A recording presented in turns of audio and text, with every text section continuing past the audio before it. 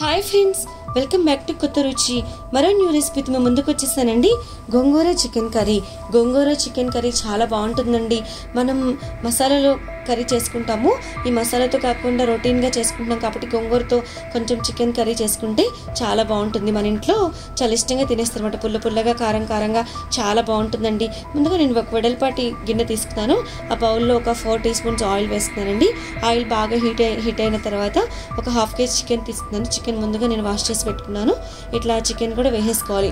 ఈ ఆయిల్లో చికెన్ వేసేసుకొని బాగా ఇట్లా ఆయిల్లో వేగేలాగా జస్ట్ వేయించుకోవాలి. చికెన్ ఇట్లా ఆయిల్లో మగ్గితే ఇట్లా సాఫ్ట్గా కుక్ అవుతుందండి. ఎందుకంటే మనకి ఇలా సాఫ్ట్గా కుక్ అయితేనే ఆయిల్లో బాగుంటుంది. చూసారు కదా, ఈ విధంగా మంచిగా సాఫ్ట్గా టేస్టీగా రావాలంటే ఇలా వేసుకోవాలి.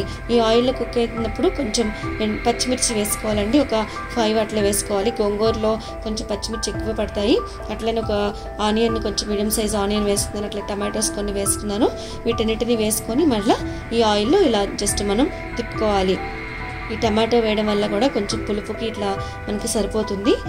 సో ఒక చిన్న టమాటోని యాడ్ చేస్తున్న టేస్ట్ అనేది బాగుంటుంది టమాటో వేయడం వల్ల. ఈ విధంగా వేసిన తర్వాత కొంచెం రాక్ సాల్ట్ యాడ్ చేస్తున్నానండి. అంటే మనకి రుచికి సరిపడంత రాళ్ళ ఉప్పుని వేసుకున్నాను. రాళ్ళ ఉప్పు వల్ల టేస్ట్ అనేది బాగుంటుంది. సో అలాగే టర్మరిక్ పౌడర్ ఒక ½ టీ స్పూన్ వేసుకున్నాను. టర్మరిక్ పౌడర్ కూడా వేసేసుకొని మనం ఈ చికెన్కి మూత పెట్టేసుకుందాము. చికెన్ ఒక 5 మినిట్స్ కుక్ కావాలి. ఇట్లా ఆయిల్లోనే కుక్ అయిపోవాలండి. ఎందుకంటే ఇప్పుడు మనం చికెన్లో కూడా వాటర్ వస్తుంది కదా, ఆ వాటర్తోనే ఈ చికెన్ అనేది మంచిగా మగ్గిపోవాలి. ఇలా మగ్గడం వల్ల టేస్ట్ అనేది బాగుంటుంది. చూస్తారు కదా, ఇట్లా దగ్గరికి ఇట్లా మగ్గే వరకు మనం తిప్పుకోవాలి. చికెన్ ఇట్లా మనం గోంగూర వేసుకు తింటే గోంగూరలో చాలా విటమిన్స్ ఉంటాయి కదండి. కాబట్టి గోంగూరతో మనం కలుపుకూరగా చేసుకున్నా కూడా బాగుంటాయి అన్నమాట కర్రీస్, బిర్యానీలోకి. అట్లనే కొంచెం మనం సైడ్ డిష్ అంటే మనం వైట్ రైస్లో కూడా బాగుంటుంది. మనం గోంగూరకు 2 పంచెస్ తీసుకుంటే ఎర్ర గోంగూర అండి. ఇది ఎర్ర గోంగూర అంటే ఇట్లా కాడల దగ్గర రెడ్గా ఉంటుంది. ఇది పుల్లగా బాగుంటుంది అనమాట. పైగా సాఫ్ట్గా ఉంటుంది, త్వరగా కుక్ అయిపోతుంది. మనం చికెన్లో వేసేసుకున్నా కూడా ఇది చాలా సాఫ్ట్ కుక్ అయిపోతుంది. చూస్తారు కదా, ఇట్లా దగ్గరికి ఇట్లా కుక్ అయిపోతుంది. చాలా చాలా త్వరగా కుక్ అయిపోతుంది అన్నమాట గోంగూర.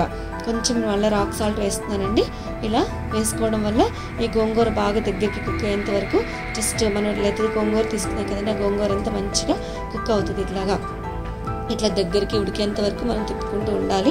ఆల్రెడీ చికెన్ కుక్ అయింది కాబట్టి ఇప్పుడు గోంగూర కూడా మొత్తం కలిసిపోయే విధంగా కుక్ చేసుకోవాలి.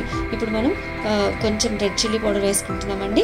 ఎందుకంటే గోంగూర కర్రీలో మనం కారం ఎక్కువ యూస్ చేస్తాము.